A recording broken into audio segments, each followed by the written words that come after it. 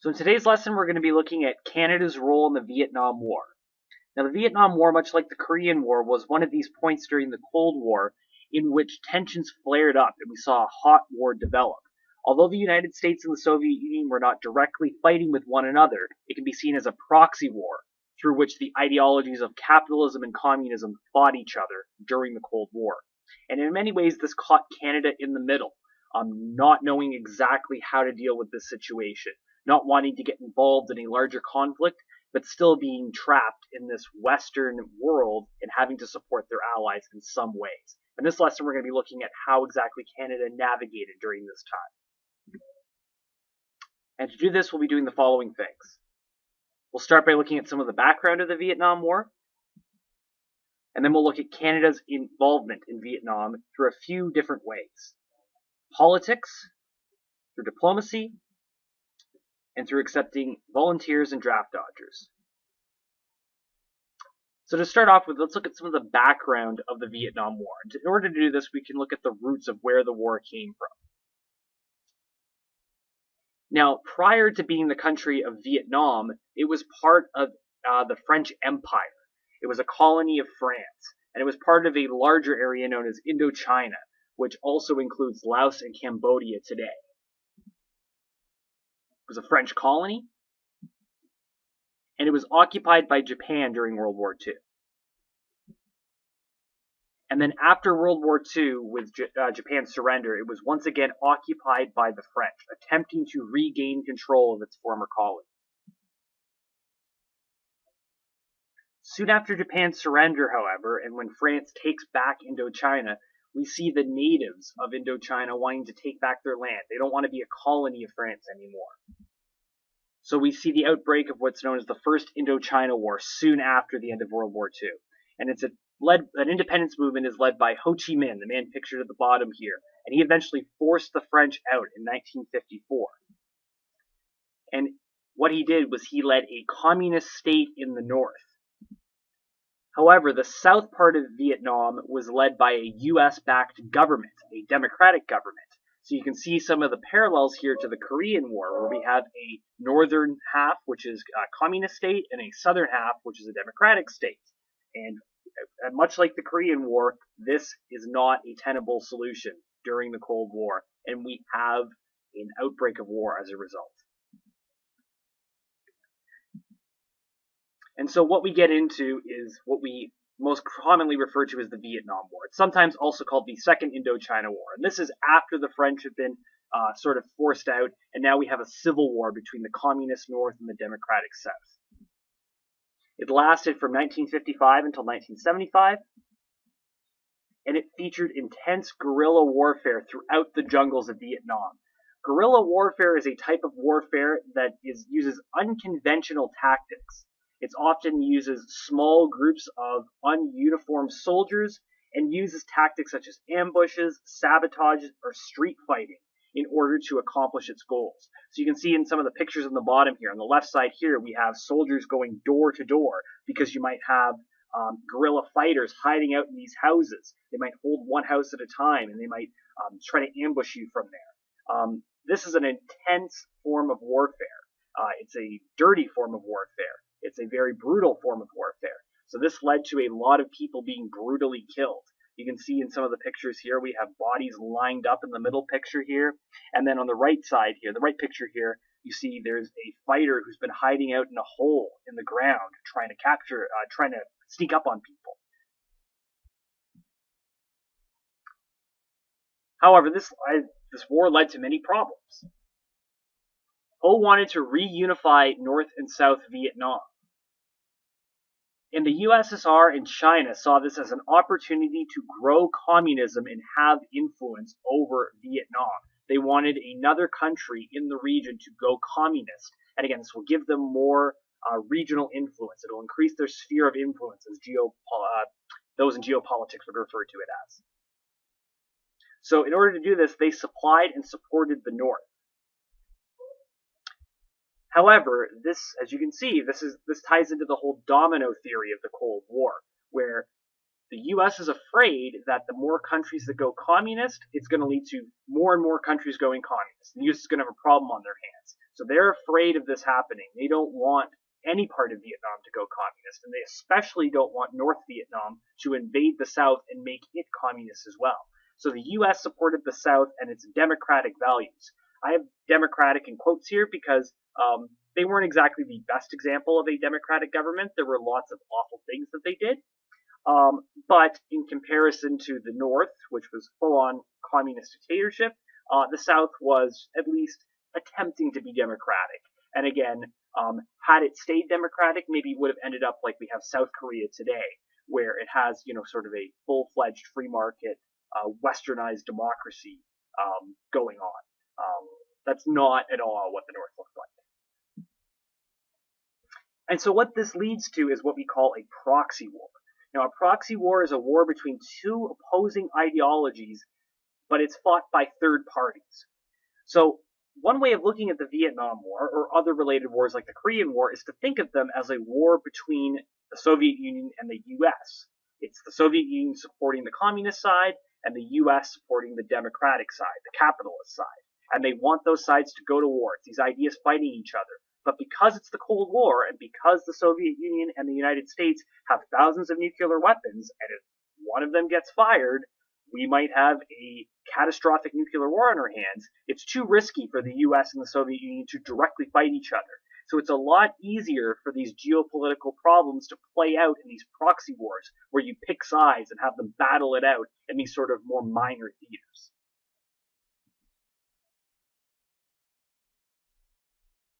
So what this ends up with is we have the USSR's communism versus the US capitalist system.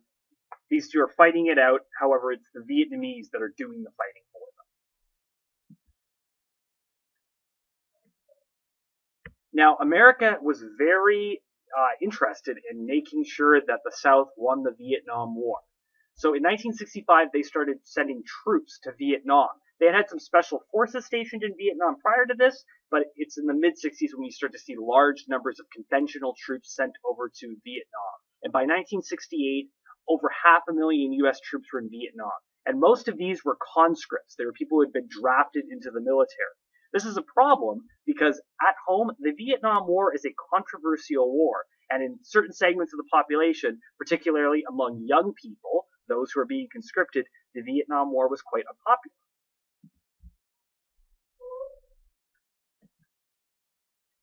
And we see an extensive bombing campaign of the North, which was known as Rolling Thunder. Now, the U.S. had a huge technological advantage over the North Vietnamese. They had way more resources. They had planes, they had tanks, they had bombs, they had more troops. They had all these resources at their disposal, and they were able to rain terror upon North Vietnam. However, this ended up being a losing battle for the U.S. Despite having a huge advantage of resources, the U.S. were not at all in control of the war. About 58,000 U.S. soldiers died, and 250,000 South Vietnamese died. It's estimated that about 2 million North Vietnamese died. Again, we can see that resource battle playing out here, how the U.S., they lost tens of thousands of troops, but the North Vietnamese lost millions of troops. Despite that, though, the North Vietnamese were able to hold on, in large part because guerrilla warfare helps level the playing field a lot.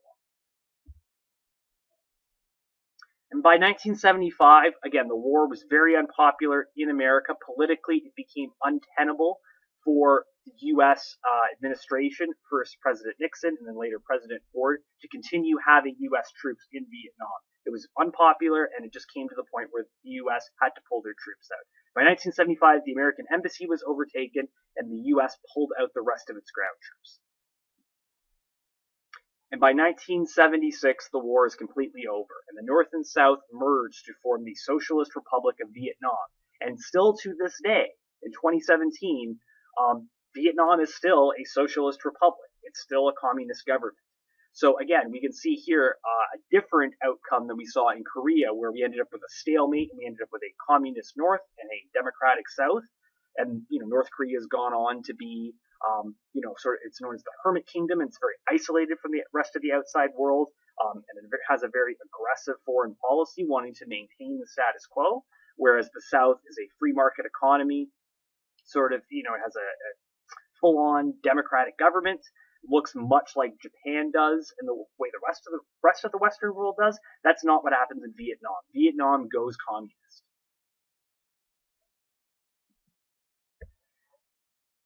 Now, although Canada did not send ground troops to Vietnam, Canada still had a role to play in Vietnam.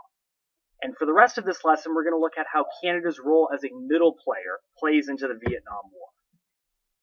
Canada did not send any ground troops to Vietnam. At the time, Canada's Prime Minister was Lester B. Pearson, the man who had helped solve the Suez Canal crisis a decade before and who had won the Nobel Peace Prize, and he saw the Korean War and other conflicts as proof that, quote, waging distant wars with conscript armies was not a proven formula for success. Now, politically, this played out in a number of ways. Pearson was critical of the war from the start. So when the U.S. first starts sending ground troops to Vietnam in 1965, Pearson goes to Temple University in Philadelphia, Pennsylvania. He gives a very famous speech there, criticizing U.S. foreign policy in Vietnam. Now, he showed some support for U.S. policies, but he suggested the U.S. halt its bombing campaign in Vietnam. So Pearson was not saying you should just let the communists take over all of Vietnam. He supported democracy, and he said we should support capitalist regimes and democracies all over the world. But he didn't agree that going and getting involved in these wars was the best way of doing that. This speech enraged the U.S. President, Lyndon Johnson. Now, not sure if you can tell from this picture here, but Lyndon Johnson's a very imposing man. He was a big man. He kind of looked like a linebacker. Whereas Pearson is this kind of mild-mannered diplomat. He had won the Nobel Peace Prize. They're very different people. So legend goes that after Pearson gave this speech at Temple University, soon afterwards he met with President Johnson. And President Johnson went up to Lester Pearson, grabbed him by the lapel, and told him, quote, "Don't you come in my living room and piss on my rug." The implication being, don't come in here, don't come to my country and tell us the way to do things. You kind of, if you want to criticize us, keep that to yourself. Canada also played a role in the Vietnam War through diplomacy. Canada was a member of what was called the International Control Commission in Vietnam. This commission had 3 representatives. Canada was the capitalist representative, Poland was the communist representative, and India was a neutral third party. And the idea here is you would have diplomats from these 3 countries that would try to oversee the conflict.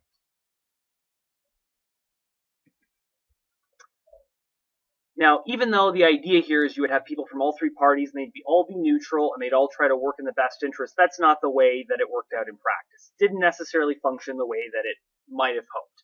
So Canadian diplomats helped spy on the North for the United States. You also had the Polish spying on the South. So we had all these kind of messy things going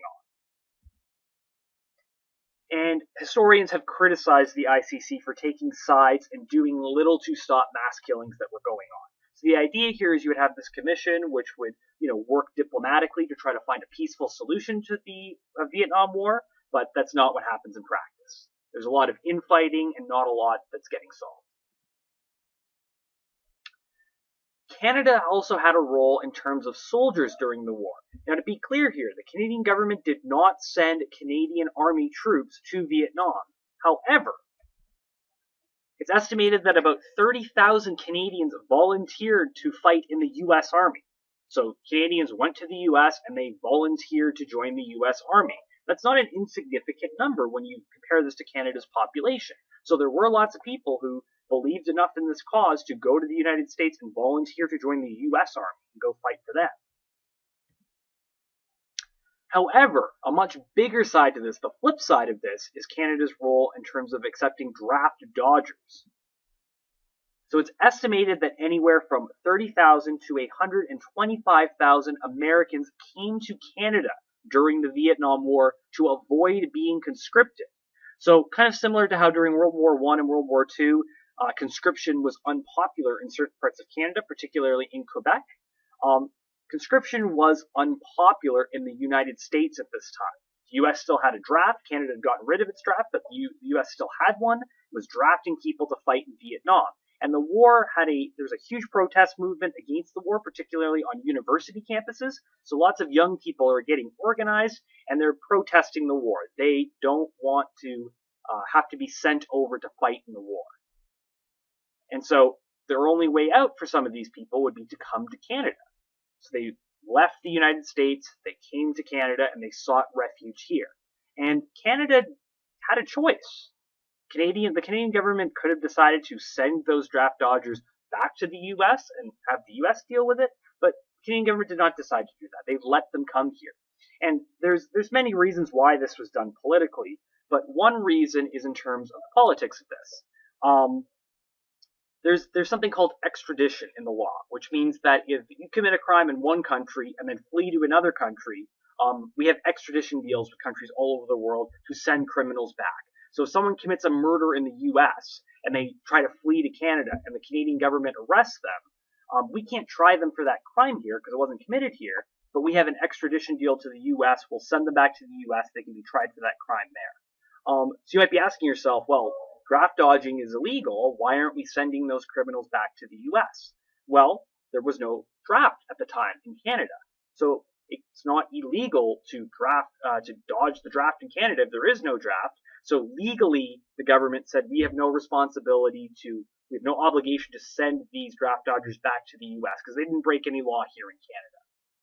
It would kind of be like if some government overseas was trying to extradite a citizen from Canada who had, spoken out against their government. We're not going to do that because it's not against the law to speak out against the government here in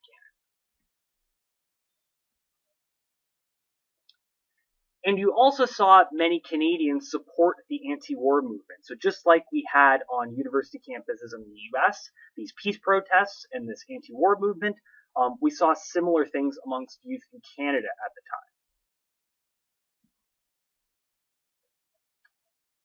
The final way in which Canada was involved in the Vietnam War was in terms of weapons.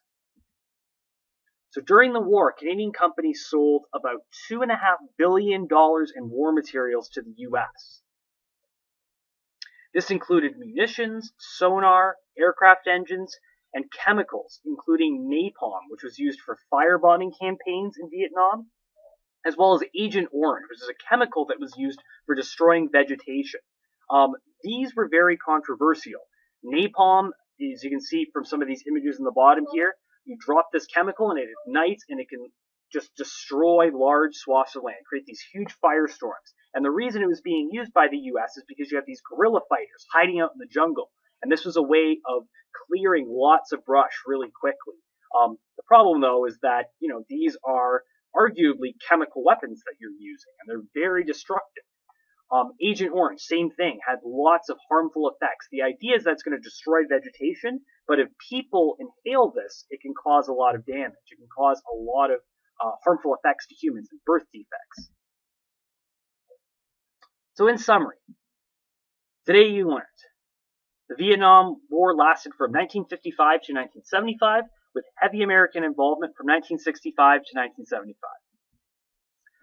Although the government did not send soldiers to participate in the conflict, Canada was involved in the Vietnam War in a number of ways, including diplomacy, selling weapons, and accepting draft dodgers. In 1975, American troops withdrew from Vietnam, and the country soon fell to the Communist North.